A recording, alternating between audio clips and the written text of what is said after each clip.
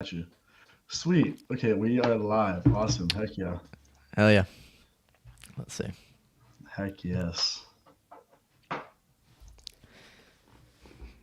Okay, yeah, I see myself. This is okay. Awesome. Do we usually have to give it a sec?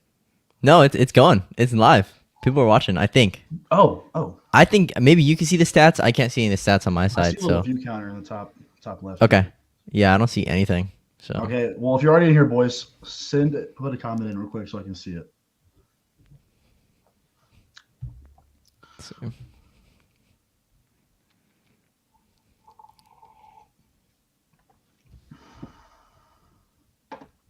Also, how much time do you have? I was figuring out keeping like around an hour. Yeah, around an hour Give, is give or solid. take. Yeah. Cool. Okay. So we are live now. Okay. Okay. Okay, what's up, Deal. boys? How are you? Text it a little bit in the chat for me. Acknowledge that you're here. If you click on the comments, then I think it pins it to the screen as well. Oh, okay. I see. Sick.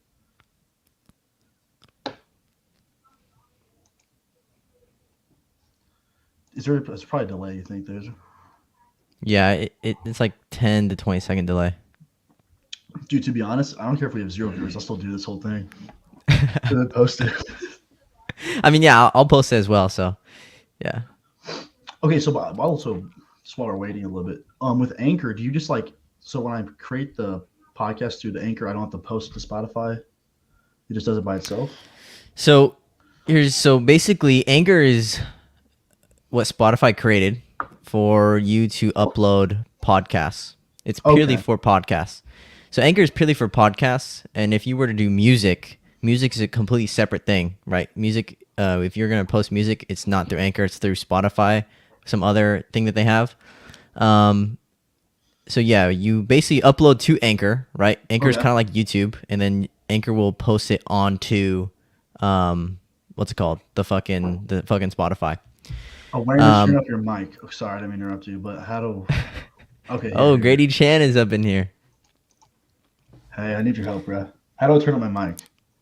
Dude, I was listening to it. You sound alright. Do I sound alright for you? Yeah, you sound fine to me. I Great. don't know Turn up your how. volume. Pussy. My volume might be a little bit louder on my microphone, so I don't know. No, your sounds amazing. Okay, anyways, we'll just get started. Whatever. Okay. Deal. Okay, welcome Logan Duong to the Alpha Awareness Society, the new podcast. What up? Very similar to what you teach. Go ahead and introduce yourself a little bit for me. Yeah, so my name is Logan Duong, founder and CEO of Alpha's Only Club. Basically, just a community of guys who seek to better themselves. Spencer says, "Turn down your mic."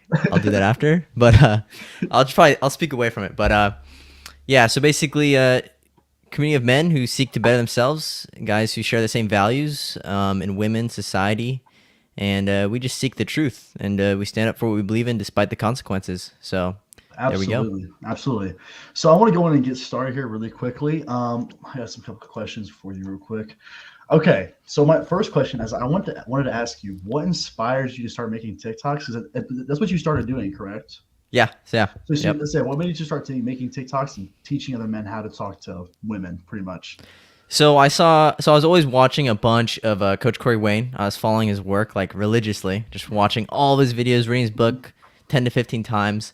And then I always remember I tried to share his work in school. Like I was in high school at the time, so like junior year and senior year, I was always trying to share his work with more dudes because I always realized there was a problem. There's more dudes around me who needed this work.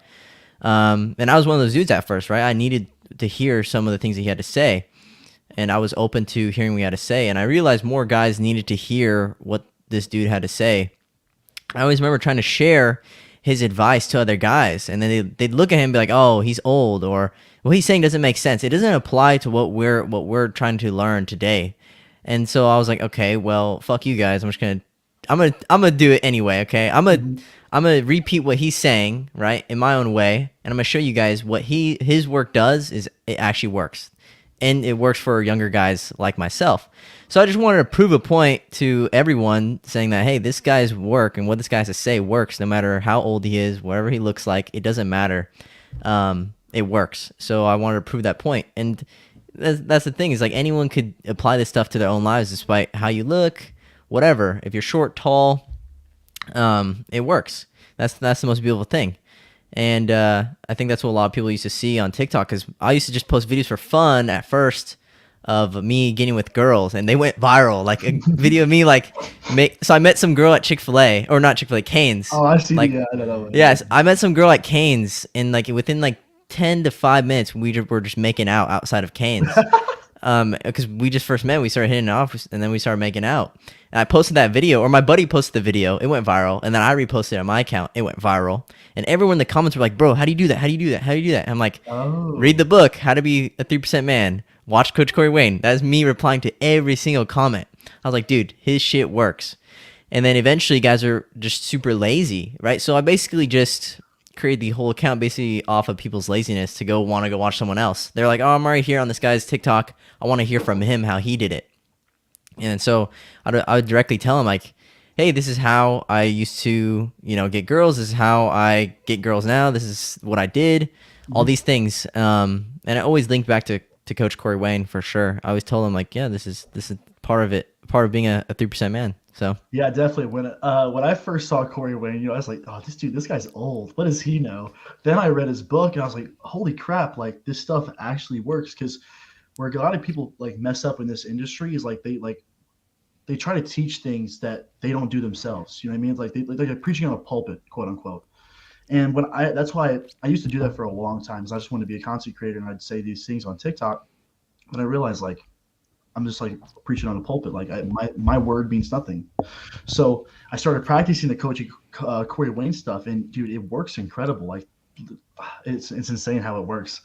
I can't believe you posted TikToks just for fun, and it blew up. You're like, you know what? Screw it. Let's teach you guys how to do this. That's freaking awesome. yeah, and yeah, that's the one thing I also watch, is because Corey Wayne doesn't have any, and I also saw some things that Corey Wayne wasn't doing, right? So I knew that his work worked, but I wish he showed some videos of it working, because I feel like that would have gotten him way more traction.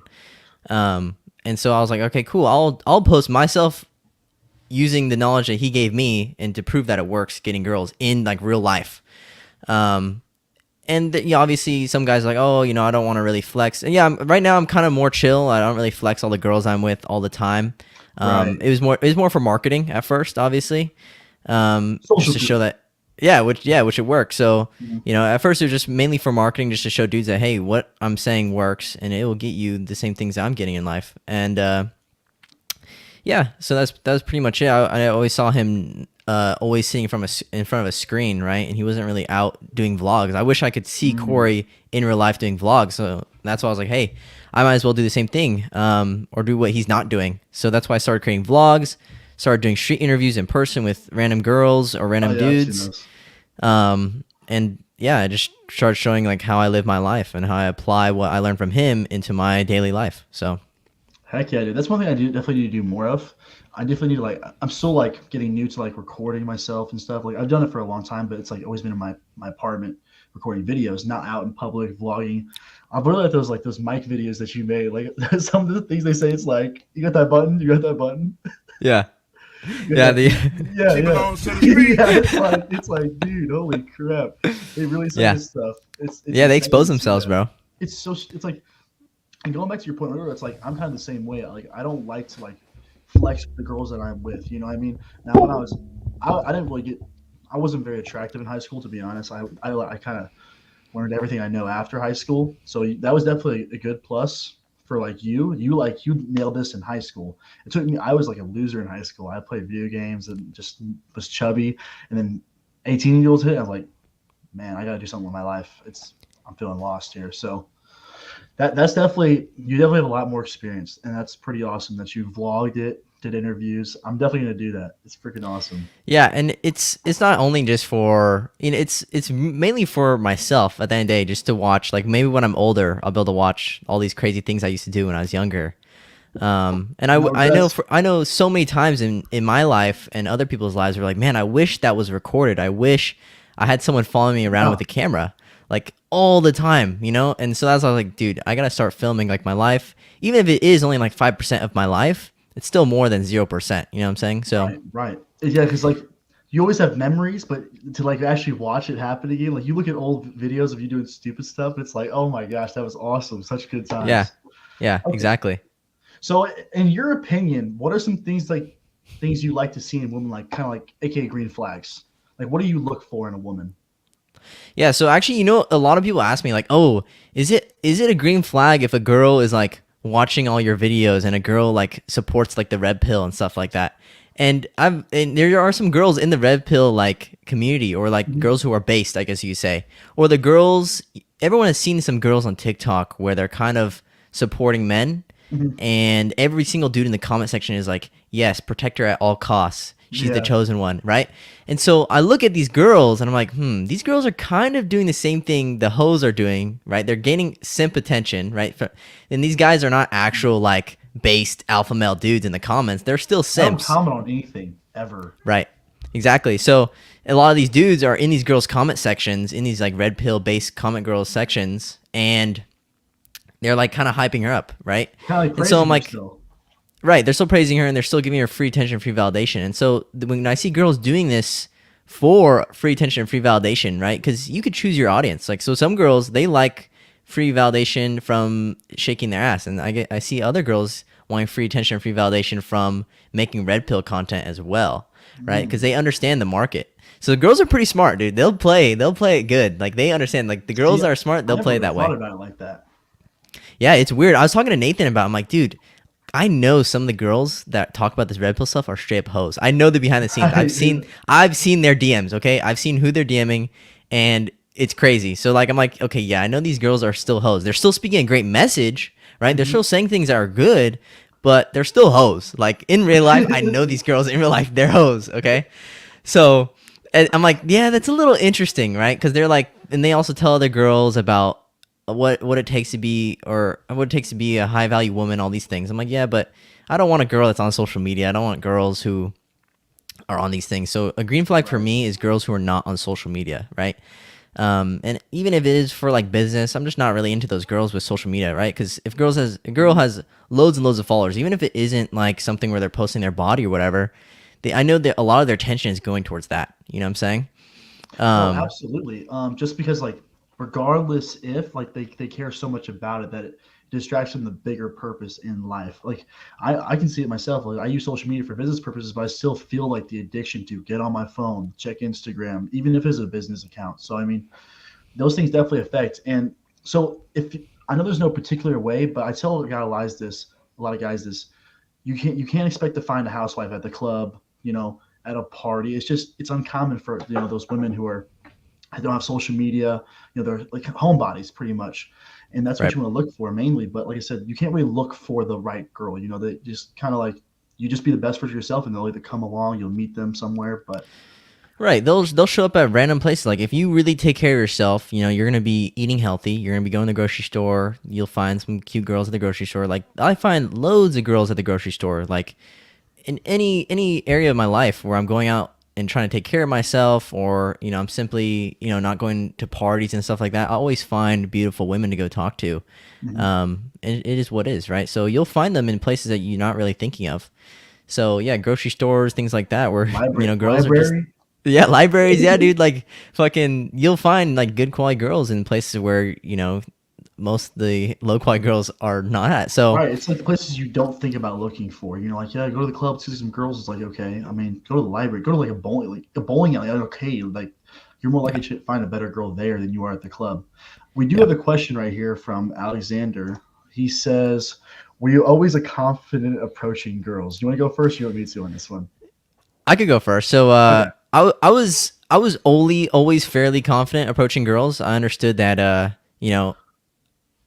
being confident, even when I didn't understand Corey Wayne's book, I'd always be dared to go approach girls, and I was like, all right, fuck it, like let's go do it. And I did it super confidently, and it worked every single time I was confident.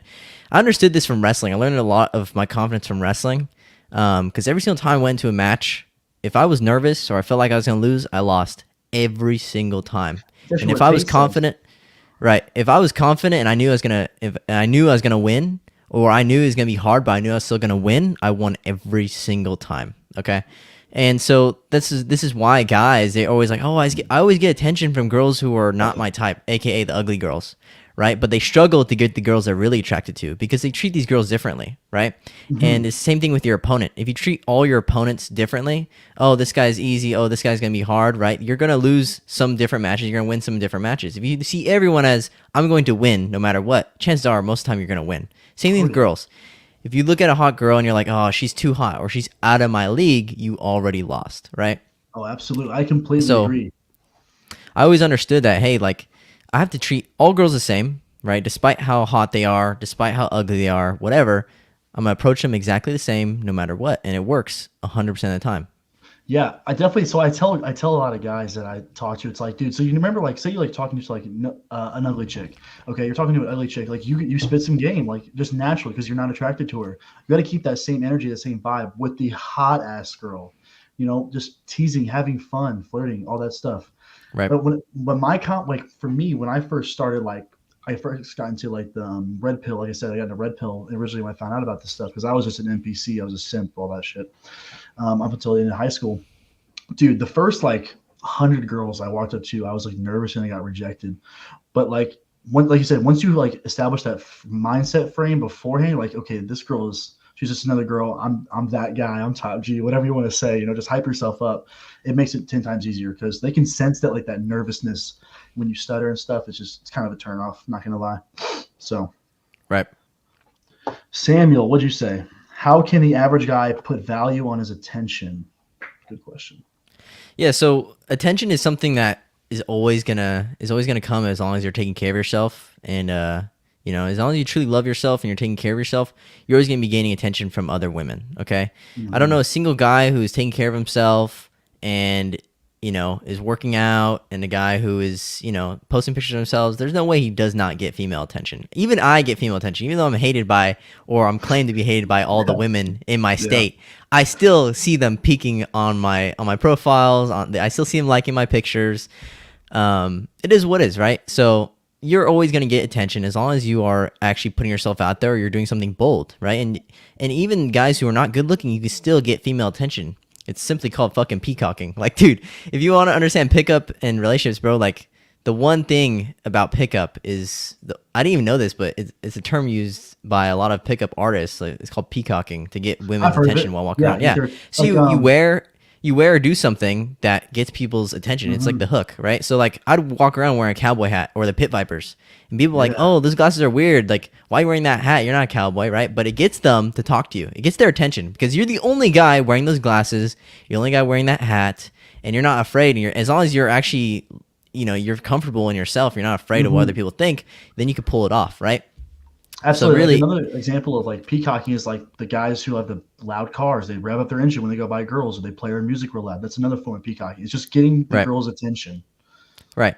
And then obviously, here's the thing, but so many guys can get the girl's attention, but they don't know what to do with it after, So like you could be working out and a girl checks you out, but if you don't do anything, nothing's going to happen, right? You can't expect girls to just walk up to you and be like, oh my God, can I get your number? That just, even if you are like, it doesn't because exist. girls are actually way more afraid of rejection than guys are. At the end of the day, girls because if a girl's rejected, right? Going back to caveman days, if a girl gets rejected, that means she's getting rejected by society, and therefore she dies. Okay, because if you're rejected by society in caveman days, then you are prone to being attacked by saber-toothed tigers, and all these other fucking wild animals, right? You have no protection.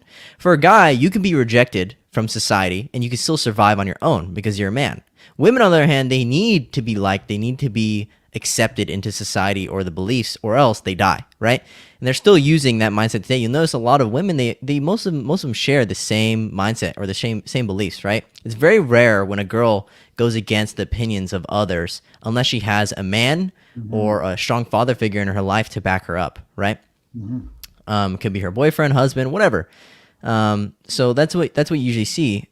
But yeah, girls are way more afraid. Girls are way more afraid of rejection than dudes. It's like the old, I don't know if I can say this on YouTube, but I'm a small whatever. Like the BLM shit. Like all these white girls are putting BLM like it meant something. It's like they're just following the trend.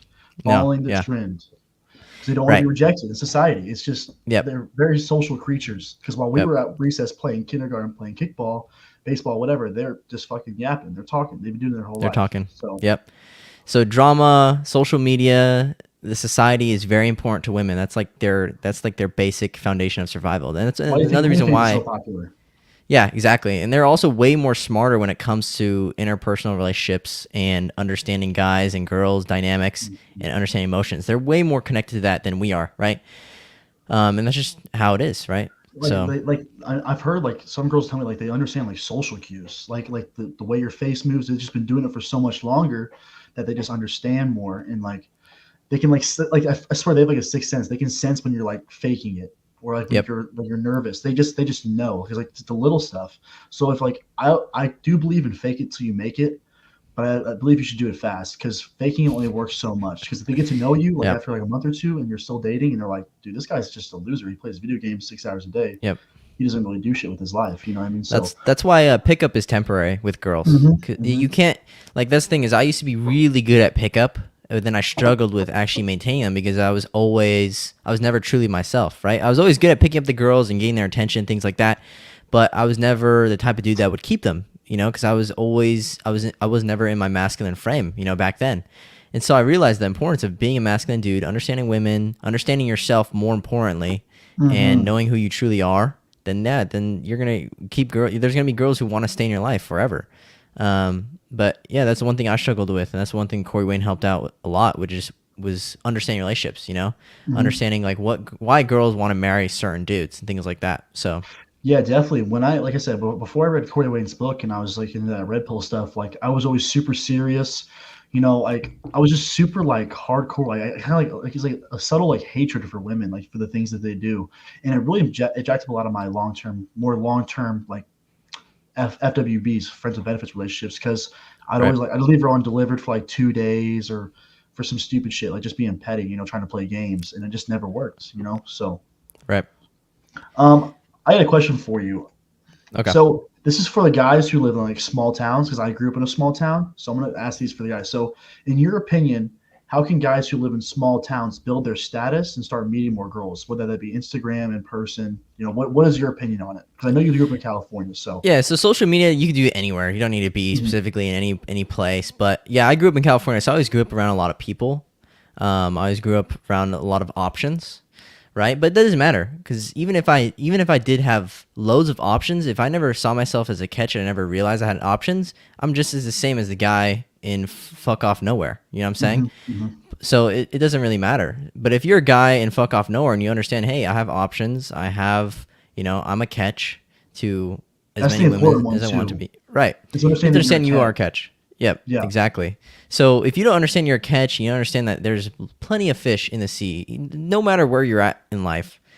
If you understand those things, you're gonna be much further ahead than the guys who are where I'm at in California, but they're all fed up over one bitch that they've been talking to for like 5-6 years, and Hmm. that's all they focus on. Like you're gonna be way farther ahead than those dudes. So, yeah, obviously it's better to be where I'm at, but you have to understand like if you understand this stuff now, wherever you're at in life, it's gonna be amazing when you do come to places where I'm at, or you do come Hmm. to certain places.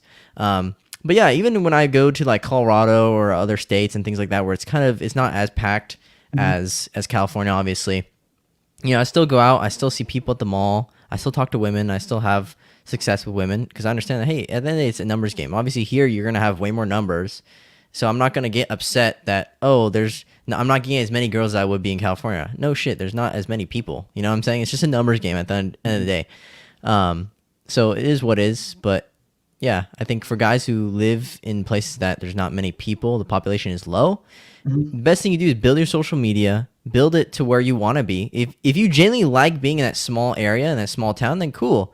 Then you stay there. But if you have goals to move out, then prepare for the next step, right? So, hey, I want to go out to California. Then what Absolutely, should you yeah. do? Start marketing yourself towards people in California. Start finding girls in California online. That's how. Then when you get there, boom, you have already a certain number of people you could talk to and meet up with, if that is your goal, right? But if Right. it's your goal to stay in one place forever, then yeah. And I'm in California. I don't want to stay in California. Like I want to Yeah. move around. I want to keep going. I want to keep traveling. So I feel like most Absolutely. people want to. That should be your goal. So it should be your goal. So if I know I'm about to go to Miami or Florida, I'm gonna start reaching out to people in Miami to Florida. Not only just girls, but guys as well. Guys who own clubs and nightclubs and things like that. So I can reach out to them and get into their stuff for free, whatever. Promote their products, their merchandise, whatever.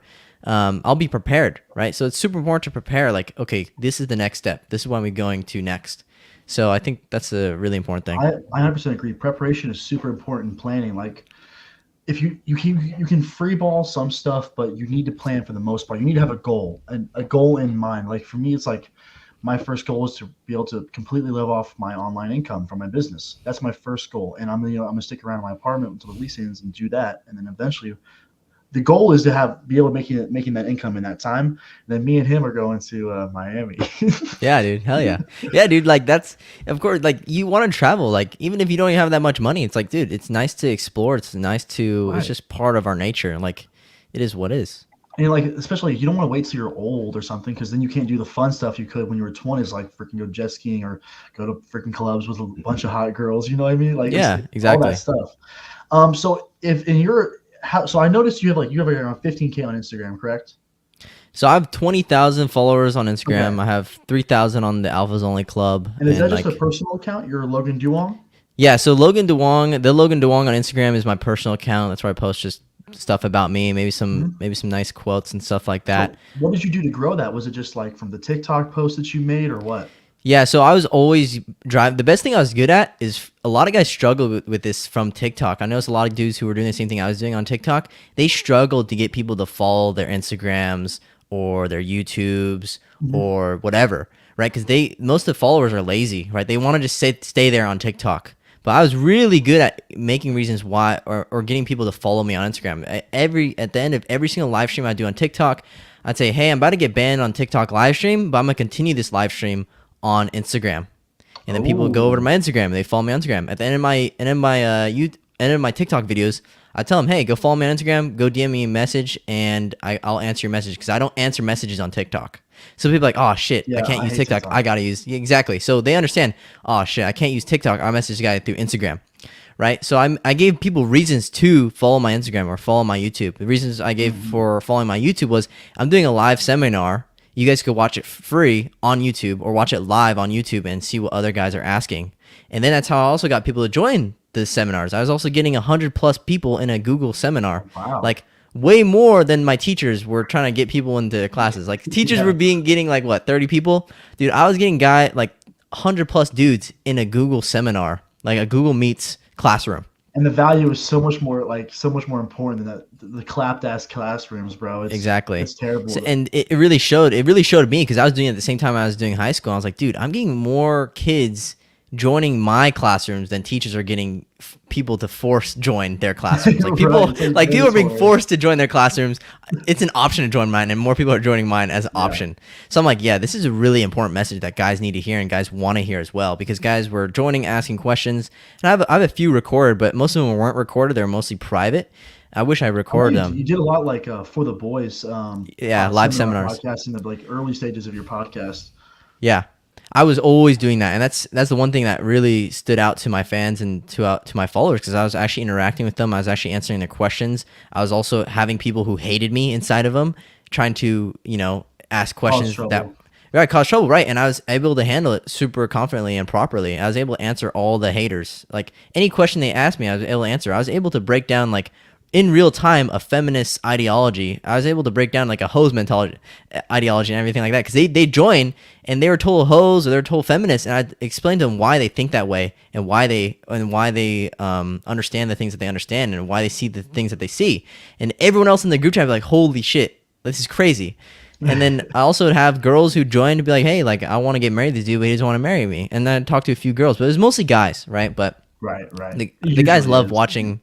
Yeah, the guys always love watching me roast a feminist or totally break down Yeah. a feminist. So I I'm just like, all watched a right, take cool. video of him roast for the feminists today. Yeah, It's so funny to watch. it's Okay. super entertaining. Like that's one thing like about Fresh and Fit is like, oh, it's so funny, it's so entertaining, but I can't watch too much of it. It hurts my brain to listen Mm. to these girls. It hurts my brain too much. But like for some reason they yell into the mic. I don't get it. Like it's like they have to yell like so close. Talk at a normal volume, please. Yeah. I feel like it's always the black girls too. They're always freaking like clapping their. You know what, boy? Like shit. Yeah, that's the one thing is like like so many. I even hear Myron and all these other dudes as well. They're like, dude, these girls are so ratchet sometimes, bro. It's like, why? Even some white girls are super ratchet on there. I'm like, dude, these girls are so trash, bro. It's like, why? Like, I understand why. It's for entertainment, obviously, but at the end of the day, it's like I can't listen to too much of it. It hurts my brain, bro. Like these ratchet girls, I can't listen to too much of them. Dude, The hot Cheeto girls. too Oh much. yeah, yeah. Looking at Fresh and Fit podcast though, they are grinding, dude. This past year, they have freaking went crazy, million Yeah, bro. subscribers and everything like that. That is awesome. So okay, I got a question for you. What's the one? I think you already may have already said this beforehand, but I'm gonna ask you anyways. What's the one Okay. thing you did that dramatically changed your success with women? I think it was Corey Wayne, like you get into Corey Wayne and stuff, pretty much. Yeah, it was reading Corey Wayne's book. It was actually applying it, right? Because so many Right. guys will read and listen to a podcast and watch a YouTube video, but they don't Mental apply it. masturbation. Right, exactly. So I always understood whatever I learned, I would apply it. Not only to test to see if it worked, but just to see, hey, like, let's see if this not only does it work, but yeah, if it actually helps my life and helps my belief system.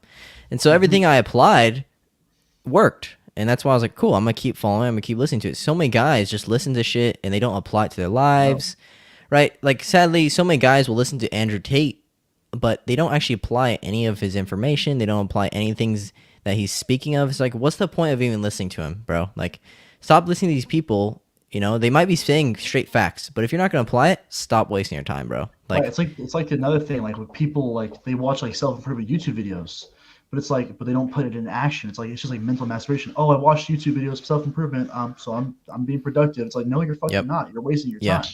you have to pull the fucking trigger for sure. You have to, yeah, you have to take action. It's literally that's what everyone fucks up. They're like, oh, I wanted to start a business one day. I was like, just do it now and learn through mistakes, like Yeah, trial and error mistakes. Like we talked about earlier, my first posts on social media were absolutely garbage, yeah. terrible. I actually remember like the first thing you DM me. I don't know how long ago it was, but you messaged me like, "What? How should I make my first post, or how should I edit it, or whatever?" And I was like, Yeah, "Bro, just yeah. make content, bro. Just make Dude, it. exactly, dude. Just And send it." I'm a big watcher. I really like watching Hamza. Have you ever heard of him? Yeah. Yeah, I just Hamza. So watched. I started watching him like pretty recently, actually. really, dude, Yeah. I watched the shit out of him. He's the one who like he has so many good YouTube videos and like unfiltered, like just a strip clean, like I can't speak a stream. It's like an hour long, no cuts, and he's like how to do YouTube, how to like market. Like he's just giving out free information like crazy, and no wonder he's blown up. Like he has literally blown up this past couple of years. Insane. It's just from giving he's just being authentic and giving how hella tons of value. Same with you. You blew up because you were giving out tons of value for free, and you're showing social proof and everything like that. Like I said earlier, this guy Eric over here, dude, he's a marketing genius, dude. I'm more of like the guy who's good with girls, and he just freaking does all the computer stuff for me, dude. It's insane. He's really Yeah. good with this stuff. It's awesome. Yeah. But hey, before I ask you another question, you have any questions for me? Yeah. I actually have a list. Let me go through this list. Okay. So Okay. so at what time did you create Alpha Awareness? What time? Okay, so it all started with the TikTok account, right? I didn't have the Instagram, I didn't have a YouTube, I didn't have anything. It was just TikTok. And originally it was just my personal one. So I just posted like a transformation of me from being going fat to getting absolutely fucking yoked. Okay. Nice. So I posted like the venom sound, like venom, like the Yeah. edit where you like do the transformation to. Posted Yep. that, and I posted a couple clips of me doing some exercises, like how to work out and stuff. And then I saw a post where it was like those text on screen posts. So it was like a background video and it had like, how to get the girl to fall in love with you in like 10 minutes or some stupid shit. Like they really clickbaity and had like text on screen.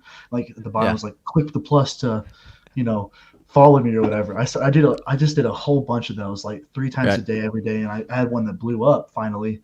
And it was the stupidest topic. It was like how to become more attractive and 10 times more attractive in 5 minutes. It was just straight clickbait, 2.7 million views on it. And then that's when I did the text on screen for a long time, just trying to get racking them views because I associated my value on social media with my view count. And that's where I really jacked up because if I didn't get good views, I was like disappointed in myself. I was, just angry. I was like, it was stupid.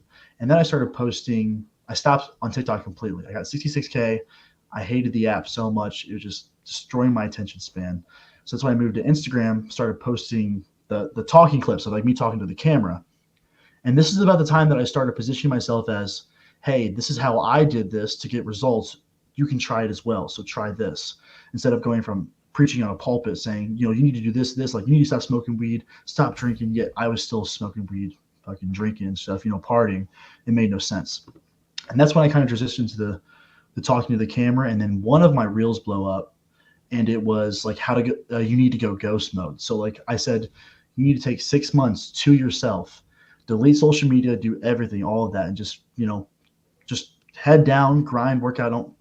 obviously be social, hang out with girls and stuff, but just don't drink, don't smoke, just focus on yourself, read books. I'm a big meditator. I like to meditate. It really helps with my mindfulness, in my opinion. And then like just work out, just get on your diet, and then come back, kind of like a reveal of your new self. That's what I did personally, and it worked out. But it was that's pretty much it. It's super simple, and I'm just right now I'm focusing all my effort on YouTube because Instagram and Right. TikTok they're great for getting views, but you don't have a community really. Like with Instagram, I have 117,000 followers, but my engagement's like 1,000 likes per post. You know what I mean? So Right. it's just number. It's just a validation number. Social proof, etc. But with Right. YouTube, like 5K subscribers, and you have a good product, it's a lot closer knit community than it is like Instagrams, TikTok, and all the attention span stuff. You know what I mean? So that's what I'm mainly focusing on right now. But yeah, I guess did I answer your question? Kind of answer your Yeah. question? Yeah, definitely. And Okay, then so cool. like what made you want to create videos? Like what inspired you or who inspired you? Okay, that's a good question. So I originally, like I said, I did the 6 months to myself. I grinded in the gym and stuff. And then I always just found myself helping my friends. Like I got my two best friends into the gym. They got jacked just like me. And I was always giving out advice. I just noticed myself. I was always giving out advice to my friends, kind of like you were, like you're trying to tell them to like get on the Corey Wayne stuff. I was like, you know what? Like, why don't I just try doing this online? Because they listened to it, but like none of them followed it like super intensively. They're like, yeah, like kind of like they're like, yeah, whatever. They got into the working out and stuff, but when it comes to like the game, like I was on the red pill stuff then, so it was like the game, how to talk to girls, like because like to this day they don't walk up to girls, and I try and try and try, and they always like try to talk shit. I'm like, yeah, you won't even walk up to a girl, pussy. So who are you talking about? And Right. then the way I learned, because like I started like when I got the red pill, learning the red pill stuff, I started going up to girls, like walking up, getting rejected, like right over and over, and I was like, you know what, I was proud of myself. I was like, I had the balls to actually try it. I said, you know what, I'm gonna get good at this, and then I'm gonna show people how to do it. At first, it was just all about fitness because I was a big kid, chubby, and then I started working out for 6 months to a year, and I looked pretty good, and everyone said I looked super good. So I was like gonna do like the fitness influencer type account, and then that's what it turns into, is like about girls and like mindset and stuff. So that's definitely when I made that transition. It was like kind of like how you were, like you were just giving advice to your friends, and you're like, man, I just want to take this further because I love getting even advice. I love talking. Not to be honest, I love Right. talking about giving advice because I always love helping someone, and whether it be like a gift or like advice, I love seeing like people, my boys, get good results from something. Right. Yeah, dude. That's good. It's awesome. It's It awesome. is, yeah, it's pretty powerful when you start to help other people. Like, cuz it's one thing to help yourself and pull yourself out of like a rut, but if you can start helping other people, it's a pretty powerful feeling. And when you see them get those results they were wanting, it feels so good because like what Yeah. you said worked for them. Because everyone's journey is going to be different. Every person is unique. Like you're in California, you posted TikToks of you like making out with the girl and you blew up. Mine was completely different. You know what I mean? Yeah. So everyone's unique. So that's why everyone's advice is different. But in general, there's a couple of general outlines and things you need to follow when it comes to game with girls. Like obviously confidence is key and all that stuff. So there's main outlines, but everyone's advice is always going to be different because it's their own Yeah. personal experience. Yeah, I remember when I first started Alpha's Only Club, I was really trying a bunch of new shit. And like I remember like I had one serious fan. I'm not gonna say his name, but he was pretty serious about wanting to learn about women, but he struggled so much. I was like, all right, Mhm. cool. We're gonna put you in a vlog. We're gonna put you in a YouTube video or whatever. And the video ended up like not recording the audio, so it had to be trash. But basically, we picked some kid up. We went to his house, picked him up, and then we took him to the mall, and we were helping him like approach girls in real time, like Yo, for the yeah. first time. And it's his first time ever getting a girl's number, and I was like, holy shit, bro. Fucking finally, bro. And I told him, like, dude, it's not that big of a deal. Like, he was tweaking and shit. I'm like, dude, it's not that big of a deal. And then once he got it, he was like, holy shit, like, you changed my life. I'm like, dude, it's just a girl's number. Like, watch when the real shit happens. Like, then Mhm. you'll see. Right, right. So, So but that's the was he, great thing. if you don't Yeah, mind like, saying, for him, was he a virgin as well? yeah.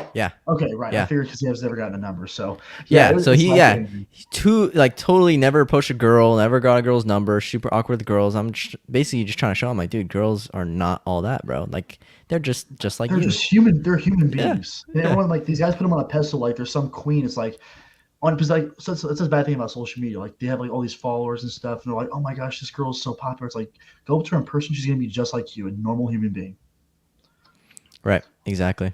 Oh, let me answer this question real quick. What's the name of the book? I think are you talking about Corey Wayne's book? I think he Yeah. So is. How to Be a 3% Man by Coach Corey Wayne. Great book. It's a great read. Me and Eric have read it. It's just reread it over and over because you're gonna Yeah. when you read a book, you only remember like 10 to 30% of it. So if you Right. read it again and again and again and again, you'll solidify all that stuff. Okay, let's see Right. here. This is a long one. I have hella people looking up to me and watching my every move. I love it. It's inspiring to myself and to others. What's the ratio of being an inspiration to others, but also just fucking around? That's an Mm. interesting question. Yeah, it depends what you do. So like I know Grady, I know Spencer. He posts a lot of interviews and is asking people questions, and he's blown up to like over 500,000 followers, which is pretty fucking awesome. Wow. Because I remember when I first met Spencer, he was hopping in the seminars. He's one of the OGs who was hopping in the first seminars, staying up late as fuck with us, and just being in there. And I remember at the time with his podcast, it was probably around the same size, or I was like a little bit underneath his.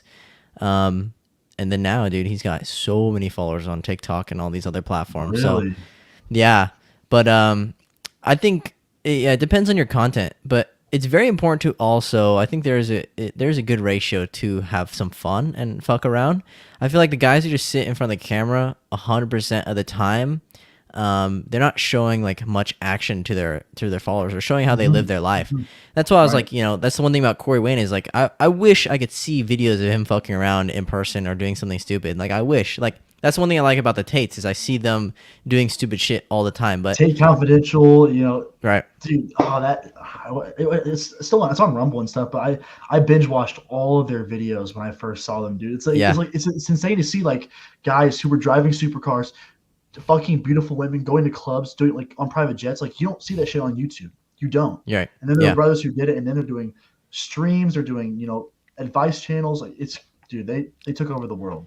Yeah, It's insane. they had everything super well planned. So I think there is definitely a balance depending on what you do. I feel like there's also some guys who only purely do vlogs and fucking around, but they don't actually give solid advice. I guess maybe Mhm. like Danny Duncan. Danny Duncan's one of those people who I really love, but I wish he does inspire people to have fun, right? He inspired me to have fun, but obviously he doesn't like go out and tell people to go out and have fun and the importance of having fun, right? He's just not in that position. He's just Like more of Nug Boys.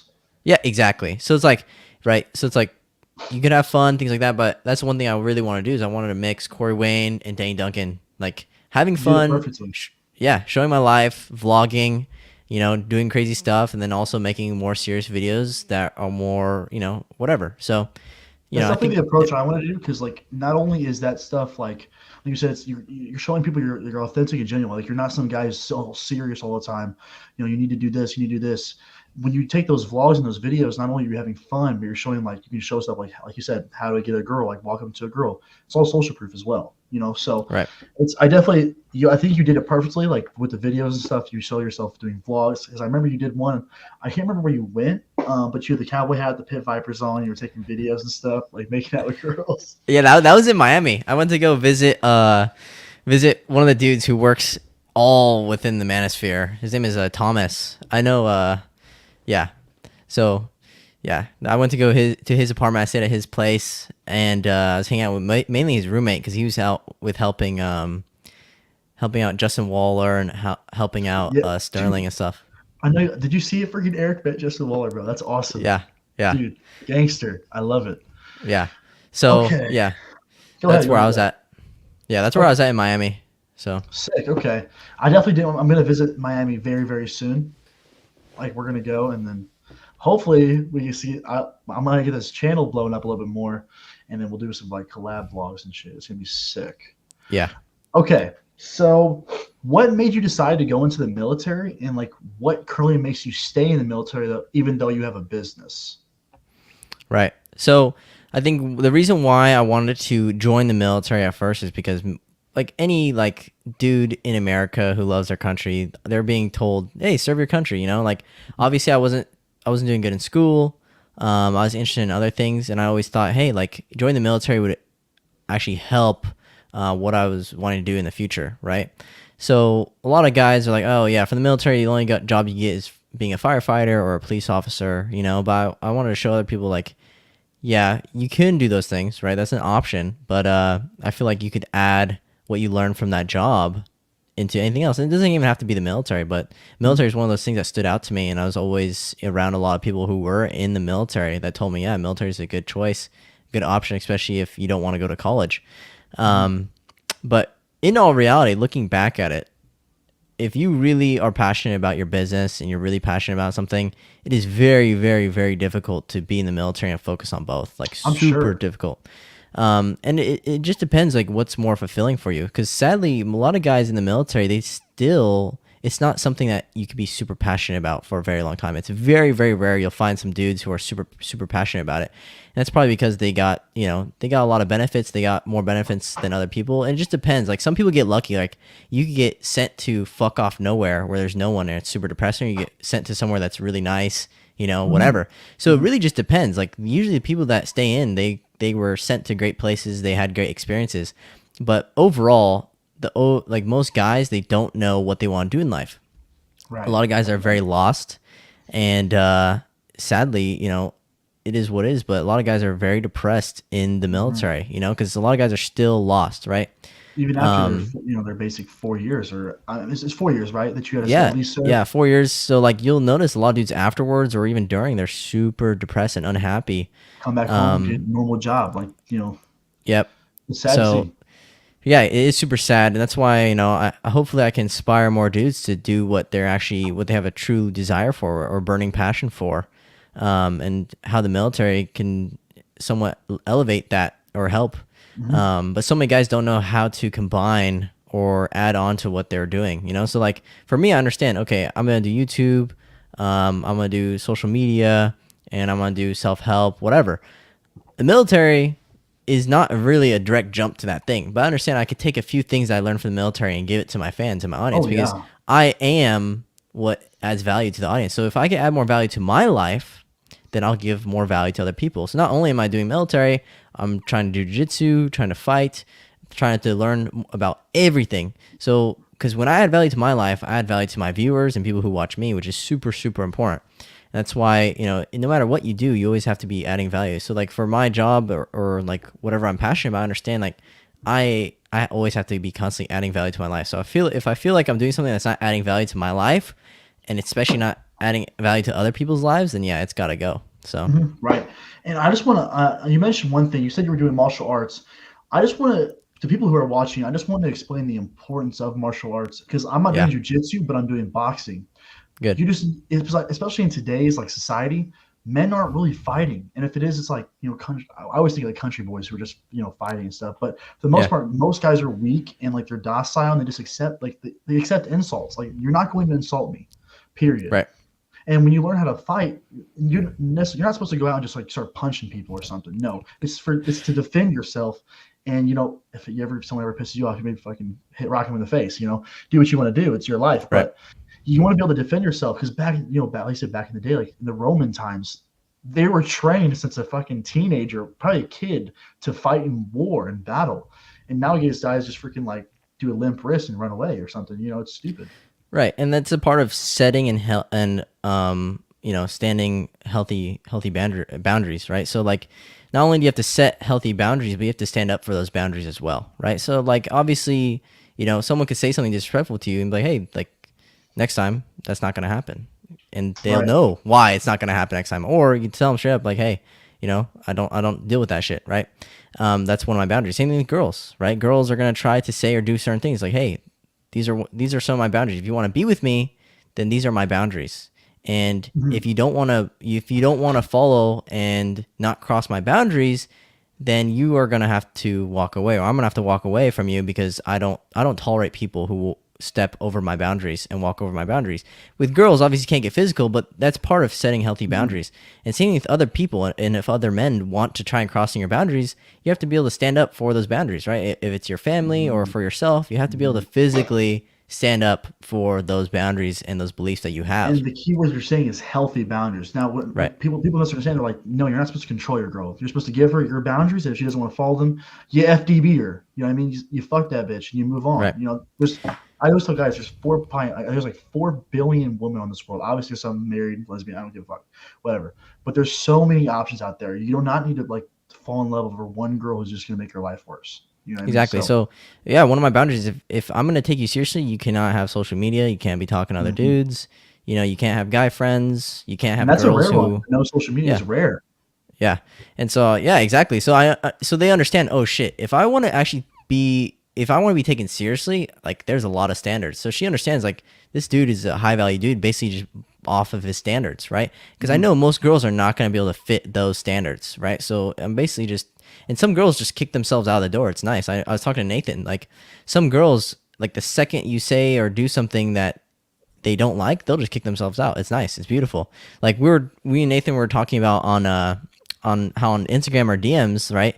They'd be messaging us, and then they realize that so girls would text my buddy Nathan, right? And they'd be like, "Oh, you know Logan?" Like they were having a nice conversation, and then she'll look at his following, and she'll be like, "Oh, you know Logan?" He's like, "Yeah, that's my brother." She's like, "Oh, okay, never mind." And then she just leaves him on red or whatever. She just doesn't message him, whatever. Or she's like, "Oh yeah, that guy is a misogynist. You know he's a misogynist. Why you hang out with him?" It's such, they all say that, dude. They're like, Yeah, oh, and then misogynist. Nathan will be like, "Yeah, I know," and then he's like, "Me too," and then hey, it's up to them if they're really into you, they'll stay. Like that's the most beautiful thing about that's the blessing I was talking to Nathan about, like getting canceled. Like it really helped me realize and cut through all the girls who are bullshit and all the guys who are bullshit, because all the guys who are bullshit, they flaked, they were fake, they were the ones trying to repost, trying to cancel me, and same with all the girls. It's like, cool, I didn't want to be with these girls in the first place. So thank you Mm, for mm, not me having to take you on a date to find the shit out. Like you guys basically just mm. showed you showed your colors, you showed your cards, and you kicked yourselves out the door for me, which I love. I appreciate that. Thank you. You don't have to waste my fucking time, right? Absolutely. So that's the beautiful thing about having your boundaries known and open, and that's the beautiful thing about talking and speaking your mind openly. Yeah, Because like people who disagree or people who don't want to abide by your boundaries, they will kick themselves out, and it's the most mhm, beautiful thing. You don't have to mhm. do anything. Like in Corey So Wayne's book, he says like you got to list out your dream woman, okay? Because a lot of guys they want to set boundaries, but they don't even know what their boundaries are. You right. know what I mean? Well, I have a question about for you. So like, this is a pretty common one that I hear a lot. Um, it doesn't really bother me too much, but I wonder if it bothers you. Like when a girl calls you dude or bro, is that a bother you at all? I mean, I would always playfully tease her, and I'd say, bro, I dude." call And him bro. I call them dude and bro. It's just my language. You know what I mean? yeah, I would always tease them, and it is what it is. Or I'd be like, "No, don't call me bro, call me daddy." Whatever. I tickle them, play with them, Oh right? yeah. That's a good Like one. things like that. So they understand. Oh, okay, he doesn't like being called bro, and he's being playful about it. There's certain ways you could do certain things. You don't have to be super serious. You can be super playful and get your message across, right? So Mm-hmm. delivery is a very important thing with women, right? If you deliver it very angrily and upset, they're gonna see, oh, That's that when your that buttons offended get him. pushed. That's yep. So they know that now. Next time we get an argument, I'm gonna call him bro or dude, and he's gonna get really Oh, heated, right? So if you show, hey, I don't get mad at anything you do, but I prefer if you call me this or whatever. You teaser, playful, like yeah. So like I was just thinking of a good one. Like if she calls you bro, just be like, no, it's called step bro. yeah, exactly, yeah, yeah. You just tease her and be playful with her, yeah, And like the one that I instantly like I've had girls call me this at parties or just like when they're talking to me. Like if they ever call me a bitch, I just never speak to them again. That's like the one word I just do not allow. I don't know. I hate it. My boys can call me a little bitch, whatever. I don't care. But when a girl calls me a bitch, it's like that. See, that pushes my buttons. I try to not let it, but it like if I'm a little turn, you know, what I mean, get a little yeah, riled up. I don't yell at women. I don't hit them, but it's like yeah, it's just one of those things. It's a respect thing. I feel like. yeah, yeah. So I mean, yeah, it's super important for girls around you to understand your boundaries and understand that hey, like there is a line, and obviously they've been so sadly so many girls are so used to guys saying one thing and then the girls cross their boundary and they let the girls do it, right? Because the And girl's they don't hot. do anything about it. It's like they set a boundary, and then the girl crosses it, and they don't do anything. They let it slide. It's like no, you're just a pussy, and you're one-iding her, and you don't FDB her and find a new one who's gonna respect your boundaries. Because these guys like the guys who are controlling, like don't do this, don't do that. It's because they're fear of losing her. Right. And yeah, like I really am not afraid of losing anyone. So everyone Mm-mm. knows my boundaries. Everyone knows what I believe in. Everyone knows my values. And if they want to fuck around, they're going to find out. It is what it is. So Fucking I'll find out. Sounds like a true American. I love it. yeah, exactly. Okay, so I have another question for you. Why is it important for men to go through difficult times in their life?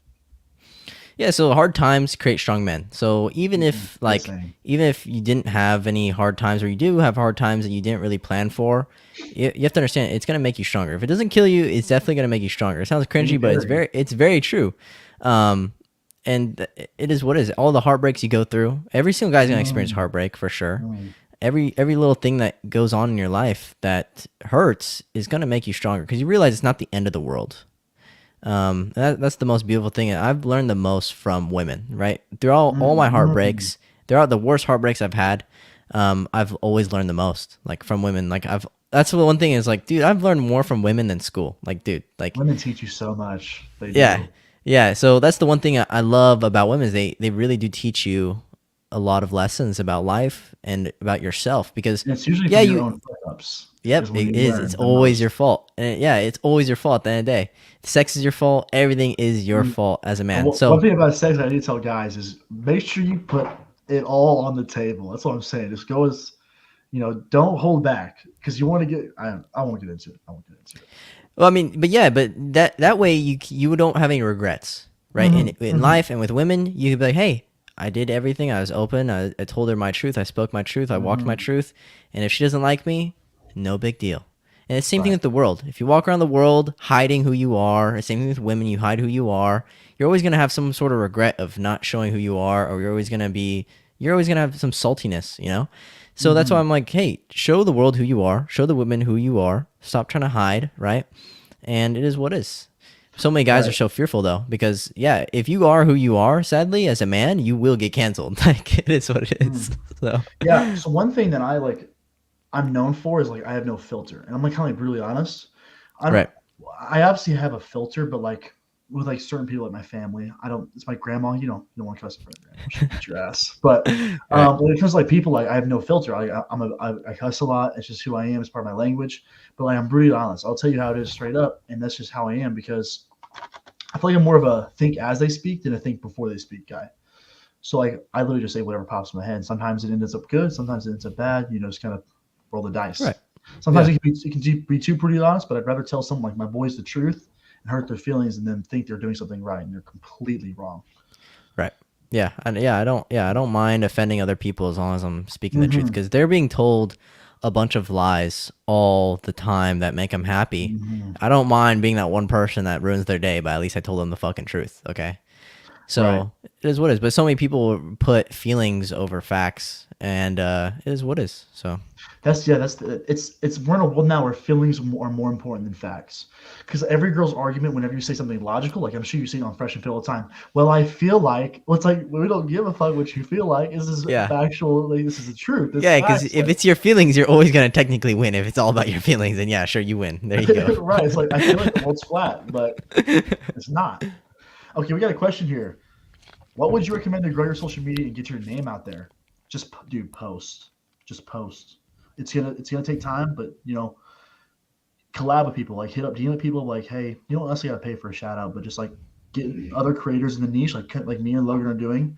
Collab with them and just grow that way. But you got to post in the first place. Yeah, if you've made 100 videos and you don't have more than 100 followers, then reach out to me and I'll help you out. But I Hey. guarantee if you have over 100 videos on your profile, you're gonna Mhm. have a lot of followers. You're Mhm. gonna have a lot of people. You're gonna be getting a lot of views, a lot of attention. Dude, do not be asking these questions unless you have 100 videos at least. Like, Right. Your so first 100 videos are going to suck ass. yeah, exactly. So you need to post more and learn more. And when you post more, you're gonna learn more. It's like there's so many people who want to learn about business throughout college. Like, oh, I'm gonna go to college for 4 years to learn about business, but they've never started a business. Like, Mm-mm. if you start a business the same time someone's going to college for business, you're gonna be way farther ahead than the guy who's just learning about it. So Exactly. So I mean, like I said, you just got to post, man. You hop on the stream and you ask for advice. Yet I'm not trying to be an asshole, but you have fucking YouTube at your fingertips, dude. If you want to learn how to post better or do better things, look it up on YouTube. Like I learned how to work out and like get big as fuck in the gym from YouTube, and now I'm using the information that I learned, reciprocating it in my own words, and then giving out to my viewers. Because YouTube is the best resource ever, but it can also be the worst resource. You can get on there and yeah, watch degenerate shit, or you can get on there and actually use it for learning and not mental masturbation. Because what you're gonna fuck up is you're gonna watch videos while you're eating fucking pizza and beating your dick, and you're productive. That's bullshit. yeah.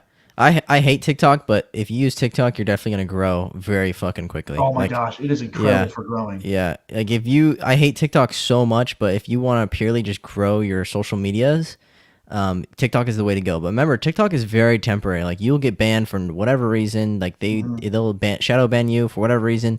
So try to move all your followers and try to make a funnel for your followers as soon as Absolutely. possible. Yeah, And you need to funnel them. With TikTok, most of your followers too, like they're not really followers. They just click the follow button because it's all for you page based. Yep, So yep. just like you said, just try to transfer them to at least Instagram. Instagram is a At little bit better least. because you have a profile, you have a call to action, a bio, and everything. It looks a lot better. Yep. But best case scenario, YouTube, Spotify podcast, because I feel like YouTube and then the podcast are where your real authentic followers are going to be because it's long form content. They're sitting down and actually wanting to watch you. Like with Logan, I found you through the podcast. I used to do a sales job where I'd be driving around for 8 hours a day and I just have your shit on repeat, so literally Hell on yeah. repeat. And that's all. And I just listen to it because like music is great, but it comes to a point where like if you're doing something mundane and boring like chores around the house, pop a podcast on, learn something while you're doing it. It's the little things that add up. It really Right. is. But yeah, 100%. that's definitely how you get your name out there on social media. And if you a little tip for you too, controversial shit blows up. Yeah. Anything That's about the if you mention anything yeah. about women, it blows the fuck up because Yeah. all these fucking simps, they're all gonna get on there. Blah, blah, blah, blah. That's not true. I love my girl. Yeah, It's don't be afraid to start beef. Like I was always oh, starting beef dude. on TikTok. Like Yeah. I would just duet like feminists and I'd duet all these like gay dudes who are all about the LGBTQ bullshit saying Mhm. alpha males aren't real. I was like I just duet them and troll with them and dude, it would get so It many works views. so well. It's so On funny. social media, all attention is good attention. And Yeah. I'll tell you one thing too, with the comments, like if you're wanting to start YouTube or like TikTok, ignore the comments. Dude, they're gonna be all hate. But you gotta realize these people are taking the time out of their day to type on their fucking computer some hateful shit. And they're wasting their own time. And like it's a video. They think your comment's gonna affect you in some way, but it's like, oh, go kill yourself. Yeah. Oh, okay, let me just go do that real quick. Like I give a fuck what you think. Yeah, no, but you're always gonna get hate. If you ever Always. do something you want to do, you're gonna get hate by someone. Okay, and even Usually if you're you doing something are, right. yeah, you're gonna get loads of hate. You're always gonna get somewhat hate doing anything you do, but you're gonna get loads of hate when you do what you really want to do in life. Mhm. And I remember some of my best views were actually me like responding to hate comments. Like they'd be like, "Oh, you don't get girls," and I just reply to their TikTok fucking comment with a video of me getting girls. I'm like, bro, you guys are fucking hilarious. And Yeah. then everyone in the comments would be like, L this dude, L this dude, L this dude. Yeah. Fucking, Dude, I love it's funny. I kind of love the meme culture. Like when everyone's It like, is. L Riz, L Riz, L like kind of Yeah, saying that yeah. on them. It's so funny to watch them. Yeah, Riz is just like a word that just came out like pretty recently It's too. I was like, weird. what It's the? like it's I'm like like, what the fuck is Riz. Riz? Yeah, and they're like, Because oh, it's just I'm just game. calling it like game. Yeah, I would use it. Yeah, So in your words, what would you define as like game? yeah. So like, game is just basically the most important thing of a man's understanding of women is basically game. So if you are good at game, you have somewhat of an understanding of women, right? And the most Right. basic game is understanding what women say and what they do are two completely different Oh my, things. it's so opposite. They're like opposites sometimes. Yeah. Dude. It's So completely. if I could tell a level of where a guy's at in his game with women, it's just by how he understands them. If he's Mhm. confused by them, whatever. And it's very easy to tell if this guy has game or not. Yeah, Because I'll give a he'll, perfect example. Like if a yeah, girl says, "Oh my gosh, I miss you so much. I like you so much," and then she leaves you delivered for like 2 days, bruh, she don't like yeah, you. You know what I mean? yeah, It's not. That's a very simple concept, but he's completely right. It's like understanding what they say and what they mean, or like what they do, two completely different things. right. Because a woman will 100%. she will say whatever makes you feel good because she doesn't want to hurt feelings. She doesn't want to cause trouble. She doesn't. Right. It's survival. Yeah. Exactly. Like it says, goes back to those caveman days. If she said the wrong thing and became an outcast, she's fucked. Yep. And it's programmed biologically, and that's why women find men are jacked. They look good. They're confident. They find them more attractive because biologically are programmed to find a strong mate to create offspring with. Yeah. And it doesn't Exactly. seem like it because like we're in today's society where everyone's just doing one night stands, all this degenerate hoe shit. But that's how we're biologically programmed. It's like when men get have control issues over women because we're territorial. So Right. it's definitely people lack to understand science nowadays, and that's where I think everyone's fucking up. Yeah. That's the reason why men and women are so undesirable to each other because to women, men are complete simps, or the guys that they actually want don't want them back, right? And to guys, for women, women are just hoes. There's too many hoes, right? So it's like we're It's completely insane. right. And so, but they society and the elites want this to happen. They want you to be weak. They want you to be brainwashed, and they want women to be a bunch of hoes running around saying that they're men or they're better than men. This is what they want. This is all planned. This is not by accident. This has happened before in history. If you read the book "Hard Times Create Strong Men" by Stefan Arnio, he talks about this. Great book. This is all planned. This is all something that happens within societies and empires before they fall. This is how they get empires to fall. They turn the men weak, and then the women have to step up and they have to become in their masculine energy, which causes a bunch of issues. Because when women are in power, it causes a bunch of issues. Because when women are in power, they take shit straight to the fucking ground. The relationship, it gets destroyed. Society, it gets destroyed. Everything women are in power of, it gets destroyed. It is what it is. And what do they call that? Matriarchic, or I can't remember. There's a word like a patriarchy and there's like a matriarchal society. I can't remember which is which. Either way, it doesn't exist because it's never worked. Right. That's what Andy Tate said. He's like, yeah, never ever seen a successful empire ran by women? You haven't. Yeah, it doesn't work. It's people lack to look at the history too, because like you said, history has literally repeated itself over and over and over again. And I believe right now we're in easy times, and it's creating weak men. We might be going from weak men causing hard times maybe towards that aspect, but we're definitely not in hard times whatsoever. It's very easy, especially like you said, especially for women. Just because like if a girl wants to, she can hop on OnlyFans, post pictures, post videos, and then she's got a fucking full-time income. Yeah, but I think that is bringing more hard times to guys, because a lot of guys are experiencing not getting laid. A lot of guys are experiencing depression because they're not getting attention from women.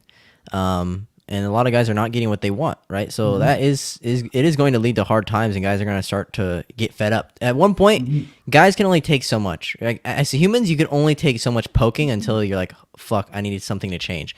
And to all the guys who are watching my podcast or your YouTube videos or your Instagram, they've hit a limit of, I can't take this shame, or I need to start learning about this stuff, right? So those guys have already hit like the wall. So the thing about women, though, is they don't hit the wall until they're like single, 35, 40, and they've already been ran through. But guys, the great thing about being guys, we hit the wall very quickly. It's like right after our first heartbreaks, where we start to realize a bunch of things are lies. We hit the wall at a young age, which is very awesome. But sadly, women do not, so it is what it is. They're going to end up single cat ladies who are feminists and hate men. It is what it is. And I believe it boils down to the parenting. That's a very important factor, because 9 times out of 10, you're going to end up like your parents. Obviously, there's exceptions. In certain ways, you're not going to. But for the most part, the way your father and your mother treat each other and how they treated you is like your quality. Like, I believe, in my personal opinion, if I were to raise a daughter, I feel like I wouldn't necessarily spoil her, but I'd make sure she's happy, and I treat her very well with lots of respect, and make her understand like that her purity is her value, Right. Because it's like you see all these hoes like, oh, she's got daddy issues, because they're chasing that validation from other men because her father didn't give it to her. Right. That's what I understand from it. Yeah, and not only that, is the girl's going to look at what the mom does. So if you're dating a hoe, then she's going to be like, oh, mommy's a hoe, so I'm going to be a hoe too. It's like, dude, yeah, that's just how it is. Like, and sadly, most households are like ending up fatherless, right? And when households are fatherless, the crime rates go up.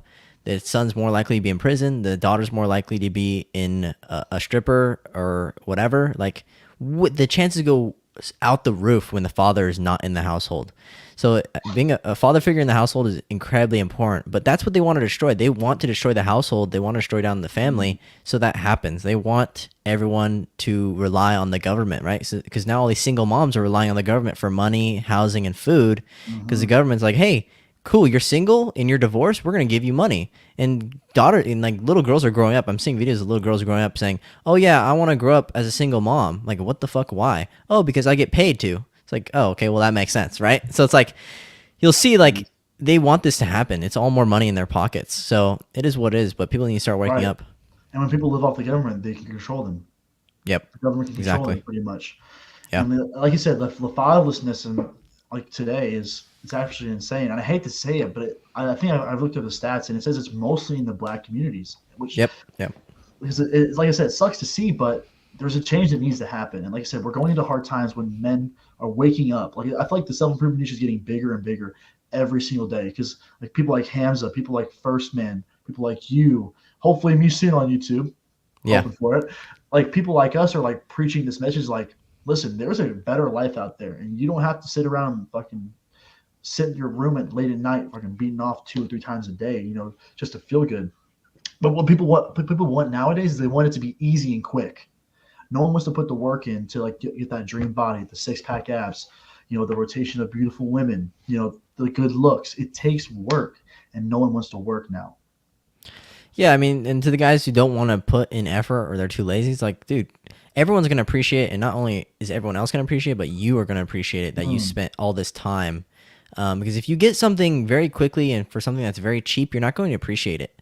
Like, that's the one thing guys are always complaining about the price of something, or they're complaining about how much time it takes. It's like, dude, you are paying for what you get. If you are trying to get something within 5 minutes, chances are it's not going to be good. If you're only paying $1 or $2 for that thing, it's probably not going to be good. You know what I'm saying? Right. That's just what I understand. It's like, hey, if I'm going to pay more, it's going to be good. And this is what everyone understands. Like, if you spend more time into something, invest more money, it's going to be better. So That's why I say like my marketing strategy is like I show guys, I'm like, guys, if you want to get if you want to get the hot 10 out of 10 gorgeous girls, if you want to date more women, you need to focus on your physique. Obviously, that's true in some cases, but you see like fat guys with gorgeous women because confidence, charisma, a lot of things factor in. But I feel like physique and looks get you in the door, especially if you're approaching a woman. If you're a bigger guy, or you're fat, whatever, you're ugly. If you want to call yourself ugly, I don't care. Walk up to her. She's gonna give the guy who's like hot 6-pack abs a better chance than the guy who's dad bod, beer gut, crooked teeth, whatever it fucking may be. And then I tell guys like, the reason a physique is so important is because it's a statement. It says, because you can't buy it. There's no tips and tricks to getting a good one. There's no cheat codes. It takes hard work, dedication, and consistency. And women and men both understand that. That's why you're generally more respected. I've seen a lot more respect and a lot more attraction and choosing signals from girls just by working out for a couple of years and getting a decent amount of muscle. It's insane the transition that just from looking good makes. Right, 100%. So were you always? You said you were wrestling, correct? Yeah, so I was wrestling throughout high school. I joined wrestling freshman year, and I was put on the varsity team, and then wrestled freshman, sophomore, and then I think around junior year was COVID, or is either senior or junior year? Oh, okay, it was senior year during COVID. So I wrestled for 3 years, and then senior year it was kind of off and on due to COVID. That's how mine was. I got like my year I cut in half. Yeah, exactly. And so, yeah, and then I was always somewhat doing jiu-jitsu on the side and some ground game on the side with some other dudes. Always training with like MMA and UFC fighters on the side for fun.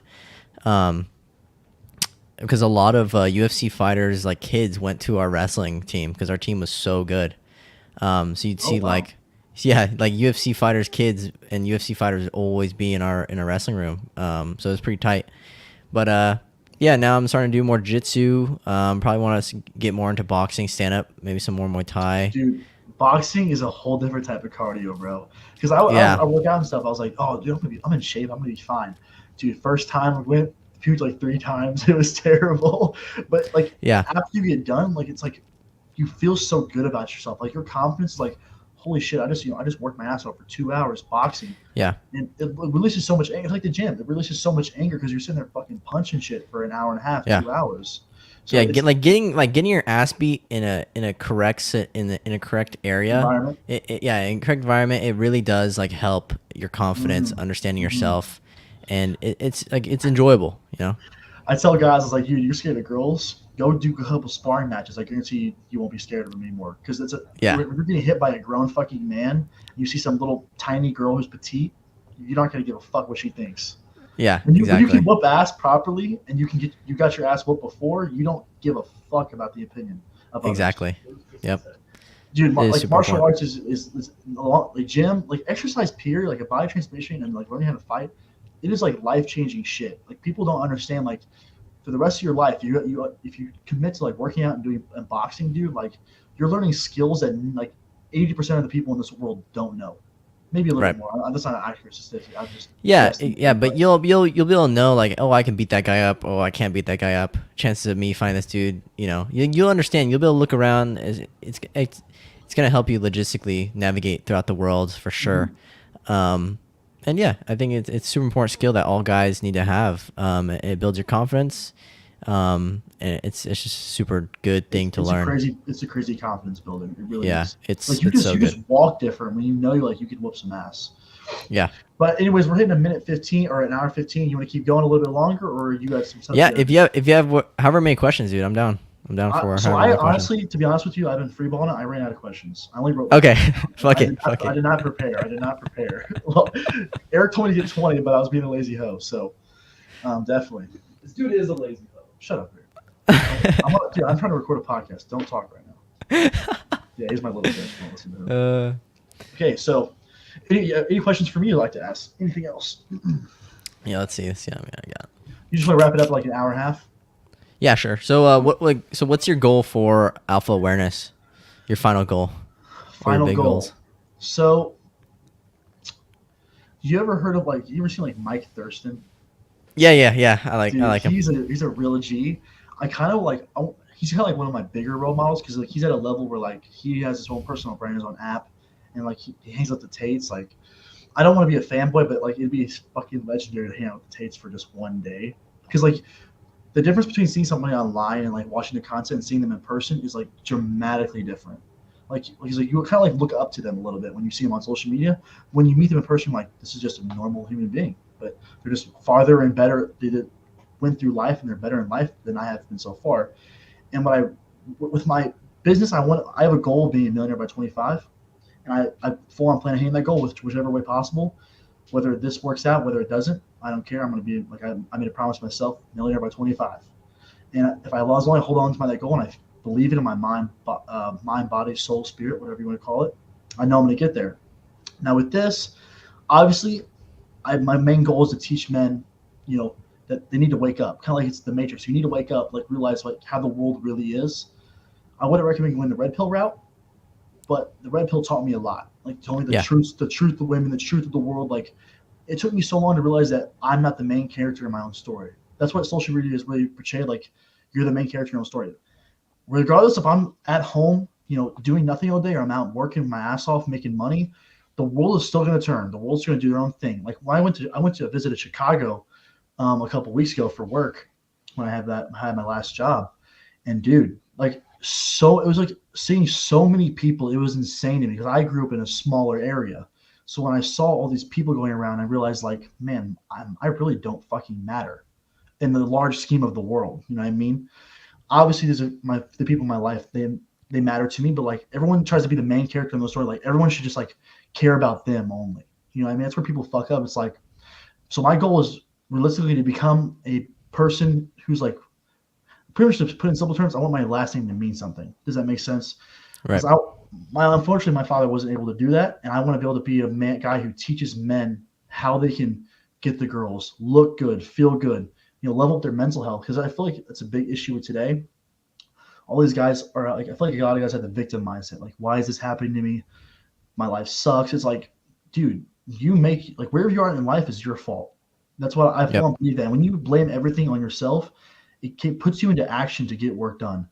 Going off topic here, but so the main goal of my channel is definitely just to teach as many men as possible. But ultimately, it's a business. I do want to make money. I want to make it a full-time income so I can travel the world, and all I need is a laptop and an internet connection, and I can make money. I can post content, do all kinds of stuff. I just want to be free from the 9-to-5 shit. You know what I mean? I want to be able to work for myself. Right. Yeah. Because freedom is happiness. Money doesn't buy happiness. Money buys freedom, and freedom buys happiness. Exactly. For sure. Also, I forgot to mention as well. Also, I also want to buy my mom her retirement home, retire them both. My dad. I want to buy my dad his dream Corvette. He wants one so bad. And yeah, dude. How are your parents pretty do they full on believe in you? They 100% you. He's gonna do this thing. Because my parents are iffy. They know I'm capable of doing it, but they don't. They're an older generation, so they don't see it's realistic. Having an online business and making income. Yeah. So the whole with my mom and my dad, my mom was always like, "Oh yeah, you could do whatever you want." I know. So, but she's not very like logistical. My dad's very logistical, right? So Mhm. he's like, "Okay, what's the logistics of like becoming a social media star or whatever?" Oh, that's But so then, epic. yeah, and then so like, but my dad also he understand. But either way, they both want me to be safe, right? So whatever, Mhm. Right. they both want me to be safe, right? Your parents always want you to be safe. That's the Mhm. downside of listening to your parents They and don't want you to take your risks. They don't want yeah, you they don't to. want you to take risk, right? I understand that. So I'll pick and choose what I need to hear and what I don't need to hear. Exactly. Yeah. So that's the one thing people don't understand is like you don't have to fully cut out your family. Like sometimes you do, right? But Mhm. you know, with me, I don't need to fucking cut out my whole entire family. You know, I could disagree with them. It's not a big deal. Some people, you know, they have to cut out their family because their family just doesn't believe in them at all. Like their family is Right. trying to get them to do things they don't want to do. I know some dudes who became super successful, but they had to literally like leave. They had to fucking just ditch their house, not tell their family, and they just had to leave the state they're in and go move to another state and just grind Wow. out. Yeah. Wow. So but now they're super successful, right? So Fuck yeah, it was worth it. yeah, and so me and Nathan were always like, dude, I just want to be put into the fucking fire. Like I wish I was just like I didn't have all the things I was given, but it's a blessing, right? So you got to use it. What you were given, Absolutely. you got to use, But I just wish I wasn't just, I wish I was just thrown directly into the fire. But it is what it is, I like it is nice. Hey, if you look good, it's a benefit. If you don't look good, no big deal. But I'm blessed. Like, hey, I look good. Like, I have a lot of people who support me. It is what it is. So I have to use that to my benefits, right? I absolutely Um, agree. yeah. Like, there's no reason to just throw all that shit away when I could use Mhm. it to my advantage.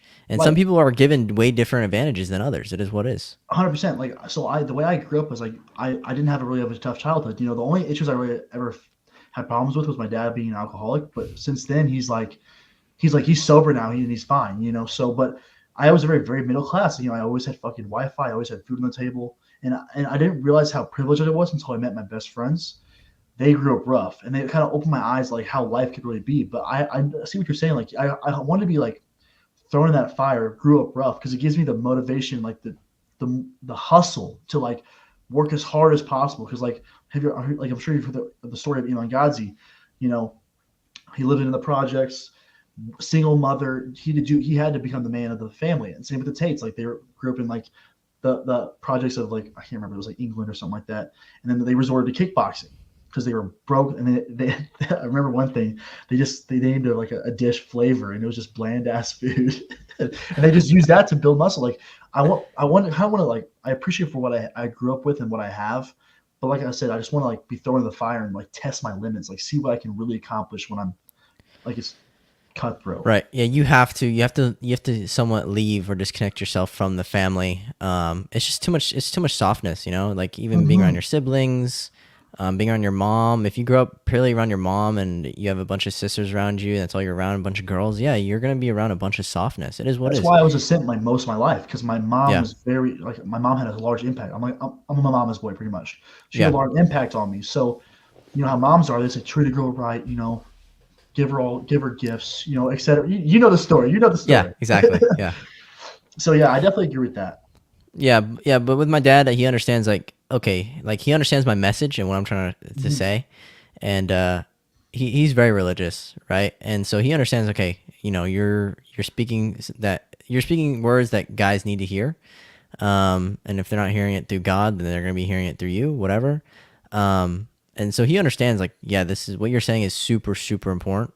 He and I both know, despite whatever happens, even when the world is fucking ending, like what I'm doing is super super important. Mhm. Um, and that's just the big picture because he understands the big picture of everything. And I told him like, yeah, I know, like you want me to do this or do that, but at the end of the day, this is something that I understand that's super super important. And he's starting to understand like the importance of it now, because there's some things that just happen and you start to realize, oh wow, like this is actually impacting my life. You don't realize how much these things are impacting your life until you realize, yeah, feminism is like directly impacting your life, directly impacting the chances you have with meeting a beautiful women, like beautiful Mhm. women, or meeting like healthy women. Like it impacts every aspect of a man's life. So like feminism, all this other shit I'm fighting against is super super important. And Mhm. I'm super glad I have a huge following of guys who fight back against feminism and all these horrible fucking beliefs that they're trying to put on men and women. But yeah, you know. Dude, I love So debating with feminists. It's so fun yeah, because they have no valid arguments for their, they just like, I feel like shit. They don't have factual evidence to back anything up. It's like, dude, yeah. and it's always like funny, like watching them, like they go silent, they like just don't know what to say next. But I have Exactly. a question for you. This one's a little personal for me because I've experienced it a lot, definitely in the past when I was just doing TikTok. But have you ever experienced like imposter syndrome? What's that? So pretty much it's like you at some points in your life, like say you're doing YouTube or whatever, it's like you feel like you shouldn't, like, is this ever going to work? Like, am I really someone to be giving advice on this? Stuff like that. Yeah, I mean, there'll always be people who are like, "Oh, you're too young," or "What do you know?" I've even been questioned this in real life. Right. What do you know? Like I You're too question young. myself, right? I like, do I Yeah, really know this? I'm 20 years old. Like, who am I to be teaching advice? exactly. And then the same answer I give to myself is like, all I know is what I'm doing is good. Okay, Mhm. so even if I'm saying stuff that you don't believe is right, or it could be somewhat inaccurate to whatever you think, and usually, we're always fucking right. And then I know I'm fucking right compared to these dudes who I'm looking at where these guys are at, and they're in a shitty position. They hate their lives. I know their wife is cheating on them, and they're telling me, "What do you know?" It's like, well, I know that you are not happy. It's like that's pretty much it. Like the guy says, So "Oh, you don't need to work out." And he's freaking obese as fuck. exactly. So I understand. Like I know what I'm doing is good. It might not be liked, but I understand that it's what the world needs, right? They might not like it. It's just like Batman. Like no one likes Batman, but it's what Gotham needed. Okay, Right. and I love that. I understand that. It's like, dude, like I know a lot of people are not gonna like me. I know it's gonna turn a lot of people off, but it's what the world needs. That's the most biggest. Right. That's the most important thing. So yeah, I might be too young. I might not know enough. That's fine. I'm gonna grow up and I'm gonna learn more, and I'm gonna be way farther ahead than every single person around me. Absolutely. Yeah, so I could just work a normal job, and I could just work, a regular job and just do what everyone else does, Be a and then fucking eventually, NPC. I'll grow the balls to create a YouTube channel. It's like, no, I have the balls now. I'll do it now. Right. Why the fuck do I have to wait? The best thing that So helps me with like getting over that imposter syndrome was something like, like who am I? I'm only 20 years old. Well, the way I thought about it is, I listened to Hams when he said this. He says, "There's always somebody who's one step below you. yep, So no matter what, there's going to be an audience for you because there's someone who's like they're on their shit, they're working out, like they look good, they're good with girls, but they want to start creating content. They can literally just copy the way I did things. Like I have no, like if you guys want to copy my videos, like I don't give a fuck word for word, or like even copy my like the aesthetics of my channel, go for it. Because like it's regardless, this is a competition. It's who can get all the people. But with the social media, the social media stuff is with this niche, there's constantly more guys just waking the fuck up. So like people ask like, is it saturated in this niche, quote unquote? Never, because the time is now where more guys are waking up more than ever because this propaganda has been displayed all over the West, like the United States especially, like the feminism, the simping. We can go into a long list of stuff that it's been done, right. but like the best time is now. Like there's always someone below you, one step, whether it be working out, mindset, etc. So Yeah, I never really looked in. Like I always, when people start telling you, oh, the saturation, everyone's trying to get you to worry. Everyone's trying to get you to worry about something. Okay. Fear. Yeah, they're trying to put fear onto you about whatever thing, even if you're doing something good. They'll be like, oh, is it saturated, whatever. But when I was always looking at Corey Way and all these other YouTubers, this is all I saw. So to me, I was like, yeah, everyone's doing it. Like everyone that I like is doing it, so I might as well do it myself, right? And then when you start doing it yourself, you start to realize, oh wow, there's a lot of people who are doing what I'm doing, and you start, some people will get worried about the competition. Some people get worried about, oh my god, I'm gonna lose followers, I'm gonna lose fans to this guy. Like me, like even if I don't make a bunch of money from this, I don't mind as long as I get a lot of people to, or even a certain group. I've already gotten enough people. I'm already happy with the number of dudes I have now, and it's still growing, But I have so many people who I've changed like dramatically, and they move on to other content creators and things like that. As long as I could change someone's life and I made an impact on someone's life, that's what really matters to me. Is like, yeah, the numbers and stuff are cool, whatever. But I understand, like, I've changed over a million dudes' lives. Like, it's a pretty powerful thing. And if I could Right. do more, then that's great. If not, because it's too saturated or whatever, then at least I know when I die, I was one of those dudes who helped that million dudes, you know? So that's the one thing I Absolutely. know is like, when I die, I want to know, hey, what I was doing when I was younger was actually impactful for other people's lives.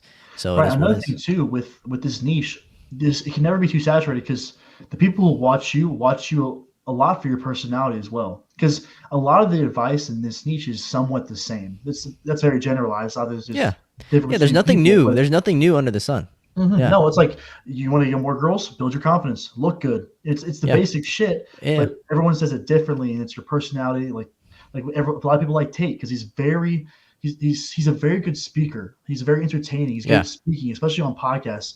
He gets a little heated, but that's for the It's marketing. flawless. It's flawless though. He's so good at marketing, dude. It's insane. Yeah. So we're hitting that 1 hour and a half mark. So I'm gonna do this last question, and then we'll go ahead and get this finish up. What is the Deal. best way to retain girls while focusing on your purpose? Yeah, so if you want, that's the thing is focusing on purpose will retain Really, yeah, I girls. was gonna say, like when you're that guy, and she sees that you're like you might not even be that guy, but when she sees that you're ambitious and you're actually working on yourself, and like you're her little attitude or like the things she says or does doesn't fucking bother you one bit, and you stay in your frame, dude. Usually they tend to like you more, but Yep. you gotta watch out for them 304s. Yep. Yeah. You can't fall in love with them because no matter how good the pussy is, that's what happened with me, bro. When I first got into self improvement, I fell in love with a girl for like 3 months because the pussy was good, and she left me out. But heartbreak, like it's unlimited motivation for like 3 months, bro. Heartbreak is Yeah. good. It teaches you Yeah. so much. Definitely.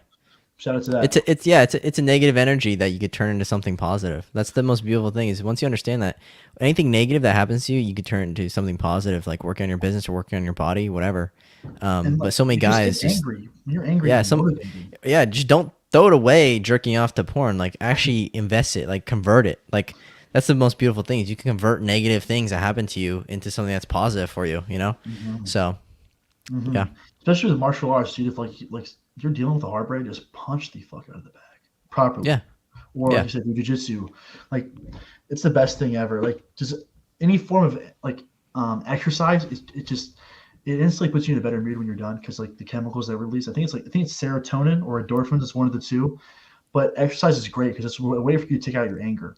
And even if it's not exercise, like just look around you. Like, are you tired of like being in the situation you're fucking in right now? Like, do something to change it. You know, if you're living in your mom's basement, do something to change it.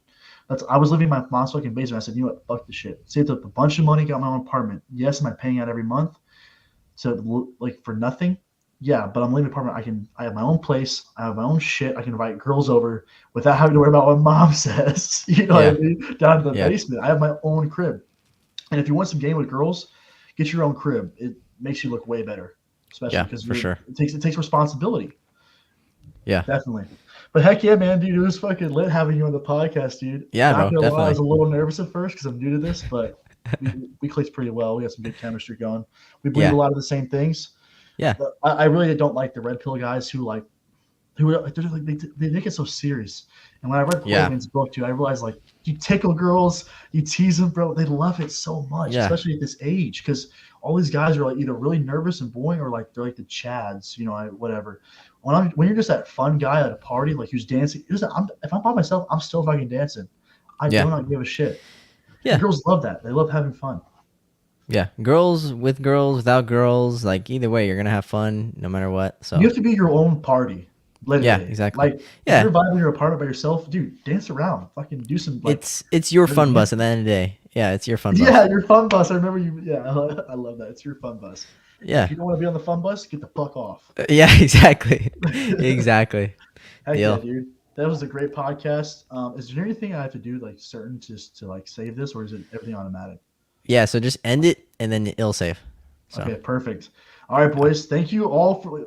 It's only like I said, it's only 6 viewers, but I'm like I don't even care. Like I got so much value from this podcast right now, and the 6 viewers who watched, you guys are fucking OGs. yeah.